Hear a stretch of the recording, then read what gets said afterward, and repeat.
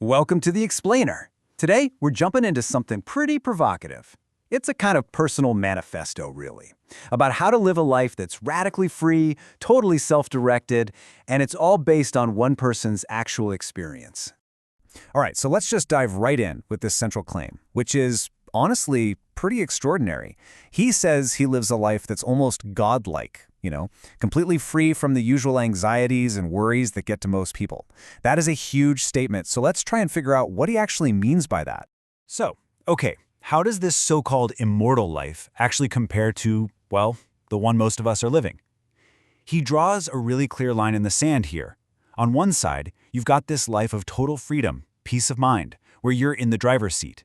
And on the other, the conventional life, the one that's bound by routine, filled with constant anxiety and just so many worries.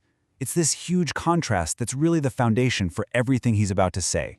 So what does this life actually look like day to day? Well, it's almost more about what's not there. We're talking no set schedules, no worrying about the basics, and just a complete break from all the usual worldly noise. And here's the thing that's so interesting. This isn't really about being loaded with cash, not in the way we usually think about it anyway. It's all about reaching a certain state of being, a state of deep inner peace, where your mind is just quiet, your body's healthy, and get this, every single day it feels like a weekend. Imagine that. Now, a life like this doesn't just happen by accident, right? He makes it clear it was the result of a whole lifetime of making very deliberate, very unconventional choices. Choices that put him on a totally different track than almost everyone he knew. And this timeline here just shows it so perfectly. You could see how these little deviations played out. When he was a kid, he chose books over games. For school, he went for the one that was furthest away, while all his friends stuck close to home. Then later, he walked away from a super secure government job to do his own thing. You look at any one of those choices, and it might not seem like a big deal, but when you add them all up over a lifetime, they create two completely different worlds. And this really gets to the core of it. It's a fundamental difference in mindset. He looked around at his friends, even the really successful ones, and he saw them as cogs in a machine. They might be important cogs, sure, but they were still just part of a bigger system that they had no control over. His goal, it was totally different. He didn't want to be a cog. He wanted to be the machine. And here's the kicker. It wasn't about the money. Not at all. In fact, he found the exact opposite was true. He talks about his friends, many of them millionaires, and calls them slaves to money. Think about that. They are constantly stressed out about their businesses, about the market, about audits, all of it. All that wealth, it didn't buy them freedom. It just bought them a whole new set of worries. Okay, so how do you actually do this? Well, he lays out a pretty practical philosophy, a clear set of rules for living this kind of free, self-mastered life. And it boils down to these 4 pillars. First, anticipate. Always be thinking 5, even 10 years ahead. Second, commit. Once you set that goal, you just go. No hesitation, no second guessing. Third, prioritize. Know what really matters. And fourth, and this one is huge, detach. You have to have the guts to walk away from any person, any place, or any job that is just draining the life out of you. I love this metaphor he uses for focus. He says the sesame seeds are all those little distractions, the small tasks, the minor opportunities that pop up and eat away at your time. But the watermelon, that's the big one. That's the huge, life-changing goal. And his point is so simple but so powerful. Once you've spotted your watermelon up ahead, you've got to stop picking up all the little sesame seeds.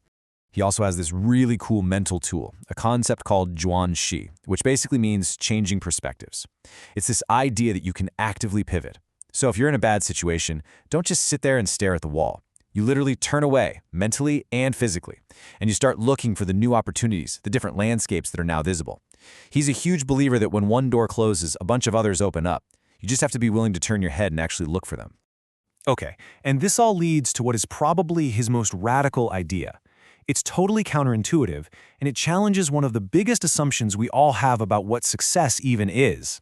He comes right out and says it. Owning stuff isn't freedom, it's a trap, and he means everything. Every single thing you own, your car, your title, your house, in his view, is just another rope that ties you down and makes you less free, not more. And this just lays it out so clearly. That house you want, the ultimate symbol of security? Well, it ties you to one place. That fancy job title? It ties you to one career. That safe, secure job? It ties you to one company. You see the pattern? All these things we're taught to strive for, he argues they end up owning us. They eat up our time and energy, and they stop us from being able to just pick up and change. So when you put all of this together, all these principles, they boil down to one final, incredibly powerful idea. And it's all about understanding who is really in charge of your life. This is it. This is the whole philosophy in a nutshell. It's a declaration of total, absolute, personal sovereignty. It means that you are the only authority over your own life.